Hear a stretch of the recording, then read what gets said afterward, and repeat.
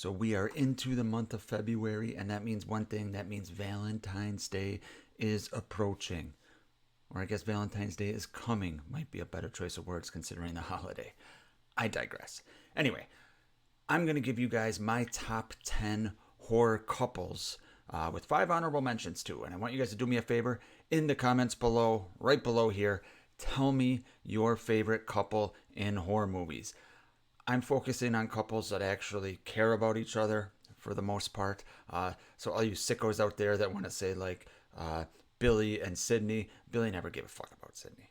Okay, he just didn't. Okay, so they will not be on the list. But I do have 10 plus 5 honorable mentions. Let's get right into it. All right, let's remove this graphic and let's get into honorable mention number one. We're going Big John, Little John from Halloween Kills. I loved the way they did this couple. You know, they didn't throw anything in our faces, and they were just fun to be around, fun to hang out with. They had a good rapport, and you could really tell that they cared about each other. I have a lot of issues with Halloween Kills and the dialogue, and a lot of other shit, hospital stuff. But I did not have an issue with Big John, Little John because they were great characters and they were fun to watch. Honorable mention number two. David and Alex from An American Werewolf in London. I wanted to put them on the list. They just didn't crack it. Just an amazing movie, and you can just kind of see the relationship start building as the movie goes on, especially with the survivor's guilt that David is dealing with. And Alex went in to help take care of him, and they go home and all kinds of stuff. And then, we get into the werewolf stuff, and, he basically sacrifices himself so he doesn't kill her at the end of the movie, is how I read it. So he gets shot up, and you can just tell that even though they've only known each other for, I don't know how long it's been, a month or so, they really do care about each other. Speaking of caring about each other, we have Veronica and Seth from The Fly. This is a movie I need to revisit. It's a great movie, great body horror, Cronenberg type stuff here. But this is just a tragic, tragic love story. When Jeff Goldblum starts converting into the Fly, and Gina Davis is trying to help him, and you can just tell that they really love each other. And it's a horror movie, but it's also a tragic love story. Next, no list is complete without Frankenstein, or I should say Frankenstein's monster and the Bride of Frankenstein. Now, whether they cared about each other is up for debate, I guess. But I had to include them on the list as an honorable mention. And as my final honorable mention, we have, Arnie and Christine, right? I said couples really need to love each other. I fully believe that Arnie loves Christine. And based on Christine's behavior, I fully believe that she loves Arnie. Right? She doesn't try, she does kill for him. And he does, develop an obsession with her. So I had to put them on the list because I fucking love this movie. All right, let's get into the top 10. Coming in at number 10, Stephen and Diane from Poltergeist. Their love and their relationship just holds their family together as they're dealing with, the loss of their missing Carol Ann, their daughter, and, keeping the other kids together. And you can just see that their relationship together, just like I said, it holds the family together while the family's dealing with this just crazy circumstances, scary shit. And I think they're a great couple. They're very different. Like a lot of couples on this list can be the same. A lot are different. These two have kind of different personalities, but they really mesh well. And I really think that they deserve to be included on this list. So they are at my number 10. Number 9. It's going to be Meg and Brian from the Blob remake in 1988. I'm a huge fan of this movie. Practical effects are amazing. Another remake here in the late 80s.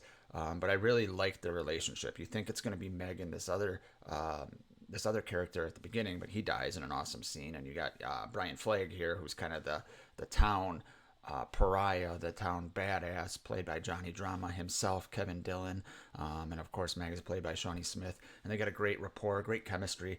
Two very different people, seemingly on the outside, but on the inside they're very similar. And they're it's the classic story of kind of the popular pretty girl and the bad boy pariah of the town, kind of, and they get together and they stop the blob, I think.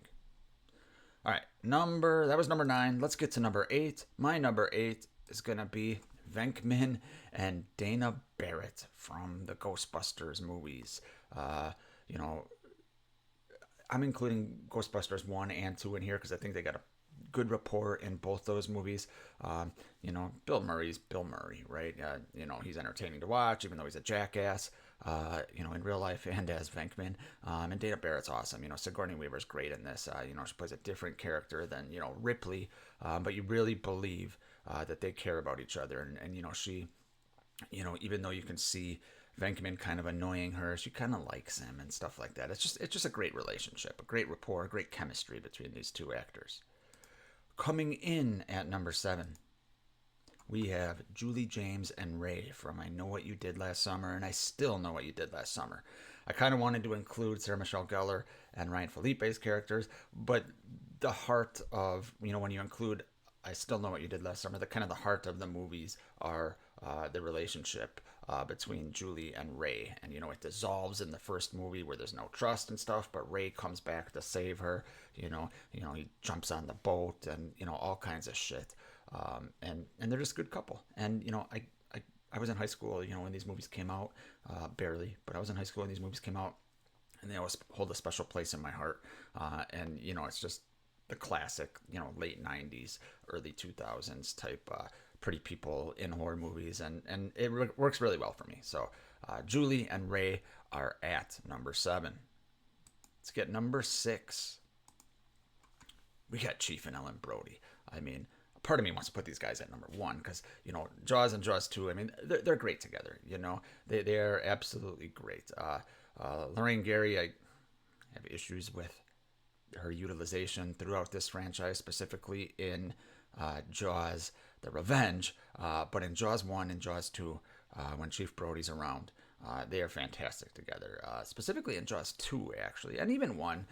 There's scenes at the dinner table, all kinds of stuff. You can just tell they love each other, and, she supports him, and he ends up supporting her in the second one with what she's doing to help Amity, and it's just a great relationship. So Chief and Ellen Brody are at number 6.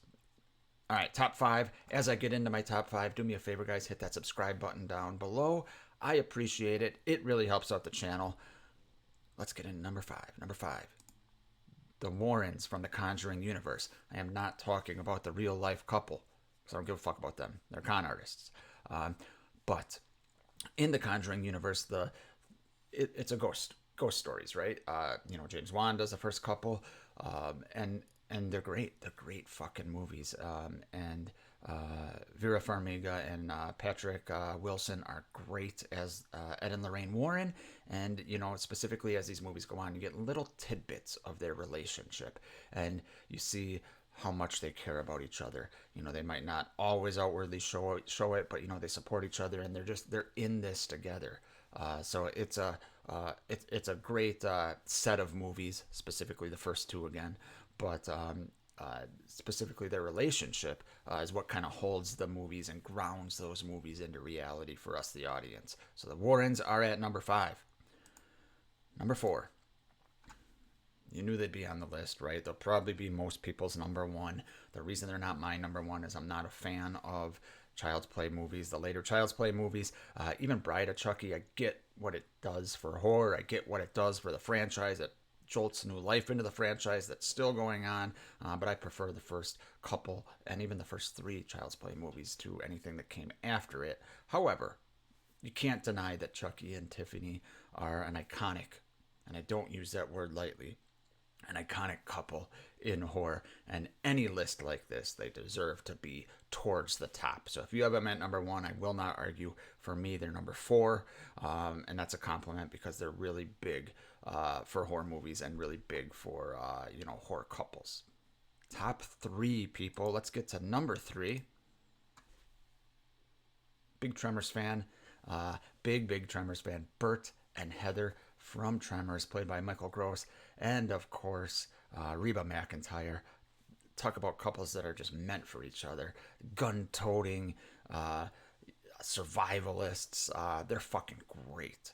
Absolutely great. And once again, chemistry is off the charts. They have a different relationship. It's not super lovey-dovey, but there's moments in here where you can just tell how much they care about each other. Like when she's trying to calm Bert down, she's like, I know.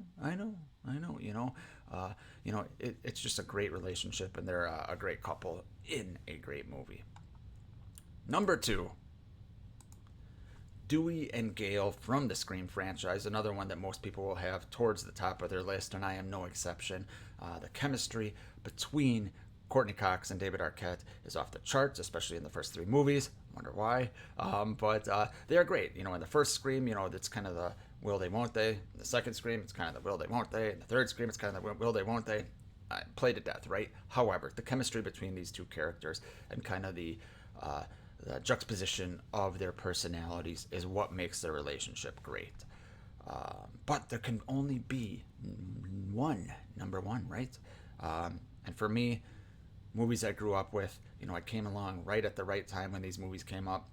When I think of horror couples are in love, I think of Gomez and Morticia Addams. Like, their relationship is fantastic. It's all about their love. And look, these are probably cheesy movies nowadays. The first two Addams Family movies. Like I said, I grew up with them. I think they have such a great charm to them. And both Gomez and Morticia are great as kind of the patriarchs of this family. And I just know by watching them that they love each other. And isn't that what Valentine's Day is all about? So, those are my top 10 and 5 honorable mention horror couples. Like I said, tell me yours down below in the comments. Thanks for watching, everyone, and I will see you on the next one.